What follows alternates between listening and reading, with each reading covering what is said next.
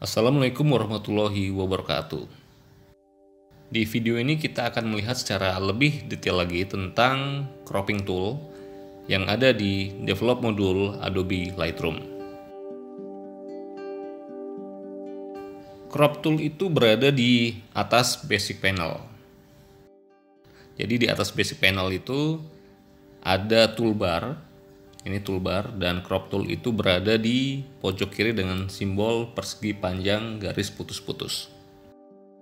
Untuk mengaktifkannya, kita bisa klik simbol persegi tersebut, atau kita bisa tekan huruf R pada keyboard. Oke, crop toolnya sudah kita buka dan tampilannya sederhana banget sebenarnya, tapi dibalik kesederhanaan tampilan itu banyak yang bisa kita lakukan dengan crop tool. Yang pertama yang bisa kita lakukan dengan crop tool adalah meluruskan gambar. Nah, seperti yang kita lihat bahwa gambar ini kelihatan miring, jadi perlu diluruskan. Nah, di Lightroom ini ada 4 cara yang berbeda yang bisa kita gunakan untuk meluruskan gambar. Yang pertama adalah dengan menggunakan slider yang ini. Kalau kita klik slidernya, maka akan muncul garis vertikal dan horizontal, kotak-kotak, yang membantu kita untuk meluruskan gambar. Kalau kita gerakkan ke kanan maupun ke kiri, maka foto kita itu akan berputar dan kita tinggal meluruskannya saja. Oke, patokan saya adalah garis horizon di laut ya. Jadi kalau saya anggap sudah lurus, saya anggap sudah lurus seperti ini misalnya. Kemudian ketika kita anggap sudah lurus, maka kita lepaskan tekanan pada mouse. Nah, oke, kita reset untuk mengembalikan ke posisi semula. Cara kedua adalah dengan mengklik tombol auto. Seperti di video saya sebelumnya, Lightroom ini banyak sekali menawarkan versi auto dari adjustment yang akan kita lakukan. Jadi kita klik auto. Di sini kita klik auto. Nah, maka Lightroom akan otomatis meluruskan gambarnya. Cara ketiga adalah dengan menggunakan level tool. Yang ini lambangnya seperti water pass ini. Kita bisa klik, kemudian kita cari bagian dari foto kita yang memiliki garis vertikal maupun horizontal. Seringkali di foto landscape seperti ini, kita itu memiliki horizon, dan itu bisa kita gunakan sebagai panduan garis horizontal. Yang kita lakukan adalah klik kiri di awal garis. Di sini saya mulai ya. Dan kita tarik, kita drag ke ujung sejauh mungkin. Baru kemudian saya lepaskan. Nah, maka gambarnya akan lurus. Semakin jauh dari titik awal dan titik akhir, maka semakin akurat juga kita dalam meluruskan gambar. Cara yang keempat adalah kita tarik kursor ke tepi kanan foto kita ini. Ini kan kursor, kita tarik ke kanan. Nah, maka kita lihat kursornya berubah menjadi panah lengkung dua arah, ke atas maupun ke bawah. Jadi yang kita lakukan adalah klik kiri, kemudian akan muncul pola garis kecil-kecil, kotak-kotak itu, dan kita bisa geser mouse-nya ke kanan, ke atas atau ke bawah untuk meluruskan gambar. Nah, kira-kira sudah lurus seperti ini. Jadi untuk meluruskan gambar, kita bisa pilih cara yang paling mudah dan cara yang paling nyaman, tergantung dari diri kita sendiri maupun jenis gambar yang kita miliki. Kemudian setelah meluruskan gambar, selanjutnya di cropping tool ini juga yang pasti kita bisa melakukan cropping atau pemotongan. Nah, banyak panel yang tersembunyi yang sebenarnya bisa membantu kita untuk melakukan crop. Yang pertama yang akan saya jelaskan di sini adalah crop overlay. Crop overlay ini membantu kita untuk melakukan crop dengan mengacu pada model komposisi tertentu atau point of interest, atau di mana kita meletakkan point of interest dalam foto kita. Nah, kalau kita lihat di sini ada dua garis vertikal dan garis horizontal yang memisahkan atau membagi foto menjadi 9 area yang sama. Ini disebut dengan rule of third overlay. Jadi kalau saya melakukan cropping dengan model overlay ini, maka saya sekaligus mengatur komposisi dengan model rule of third. Seperti yang kita tahu bahwa model komposisi ini banyak sekali. Jadi Lightroom juga menyediakan berbagai macam jenis overlay, dan kita tinggal menekan huruf O pada keyboard,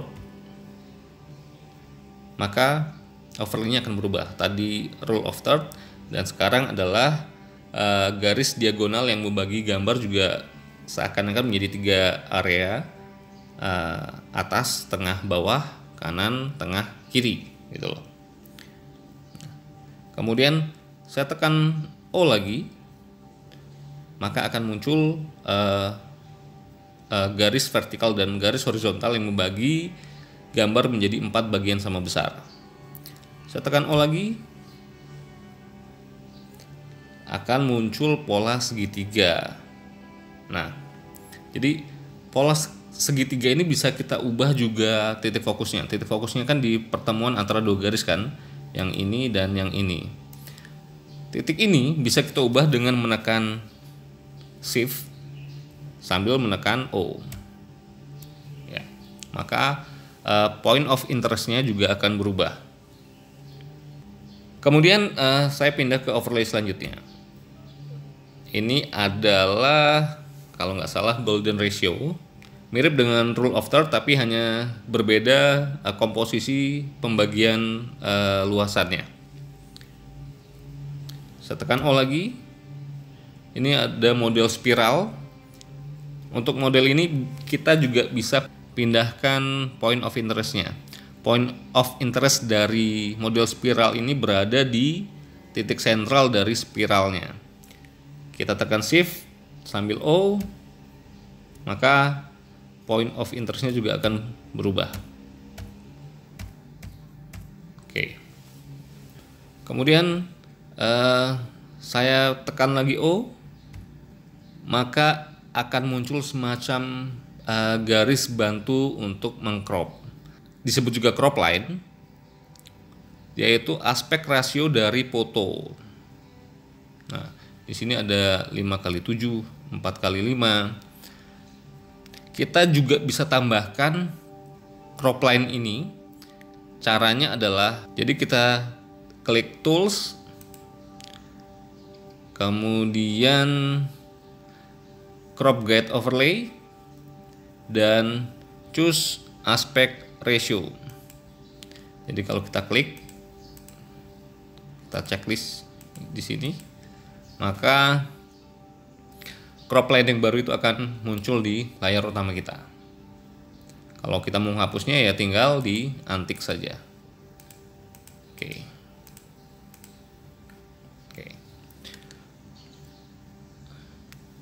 Kemudian saya tekan O lagi, maka akan muncul kotak-kotak kecil. Kemudian O lagi, maka akan kembali ke rule of third overlay. Jadi pilih crop overlay yang sekali lagi membuat kita nyaman dalam melakukan proses editing. Kemudian yang perlu diingat bahwa dalam melakukan cropping itu tergantung dari sensor kamera yang kita miliki. Jika kita memfoto dengan kamera dengan sensor 2:3, maka rasio 2:3 itu akan menjadi default dalam melakukan cropping. Nah, di pojok kanan ini ada gembok kecil. Ketika posisi gembok ini terkunci dan saya melakukan cropping, maka hasilnya akan sesuai dengan default rasio awalnya, yaitu 2:3. Misalnya saya cropping seperti ini tetap default rasionya, perbandingan antara dimensi panjang dan lebar foto itu akan selalu sama, 2:3. Nah, jika kita buka gemboknya, kita klik, maka kita bebas untuk menentukan rasio yang kita inginkan. Nah, kita bisa atur lebih fleksibel. Oke. Nah, kita juga bisa mengubah rasionya dengan mengklik panah kecil di samping ini. Pilih custom. Oke. Kemudian tinggal kita pilih mau 1x1, 4:5 dan sebagainya. Oke, tinggal kita klik saja. Nah, kita juga bisa mengubah rasio vertikal menjadi rasio horizontal dan sebaliknya dengan menekan huruf X. Tadi yang gambarnya memanjang horizontal, sekarang tegak. Tekan X lagi, maka akan kembali ke rasio semula. Oke ya, jelas ya. Nah, yang terakhir yang saya ingin jelaskan adalah kotak kecil di sini, constraint to image. Ini biasanya kita gunakan ketika kita menghilangkan distorsi lewat lens correction. Jadi di video saya sebelumnya saya sudah menjelaskan tentang lens correction. Jadi ketika kita menghilangkan distorsi lewat tab ini, maka efek sampingnya yang mungkin terjadi adalah blank pixel di tepi foto. Kalau kita klik constraint to image, itu adalah salah satu cara untuk menghindari adanya blank pixel di tepian foto kita ini.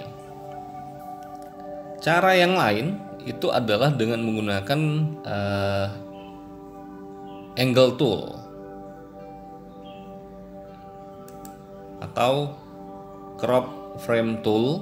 Itu kita klik, kemudian kita letakkan di area yang kita ingin crop. Misalnya di sini. Oke, kalau saya ingin di sini. Oke. Kemudian tinggal kita geser. Misalnya seperti ini. Dan oke. Jadi gambar sudah kita crop berdasarkan bagaimana kita ingin meletakkan point of interest atau mengatur komposisi dari foto kita.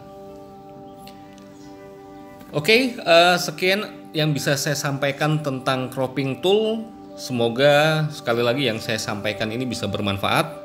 Terima kasih sudah meluangkan waktunya untuk menonton video saya kali ini. That's all everyone. Thanks for watching and keep experimenting with your editing. See you soon. Assalamualaikum warahmatullahi wabarakatuh.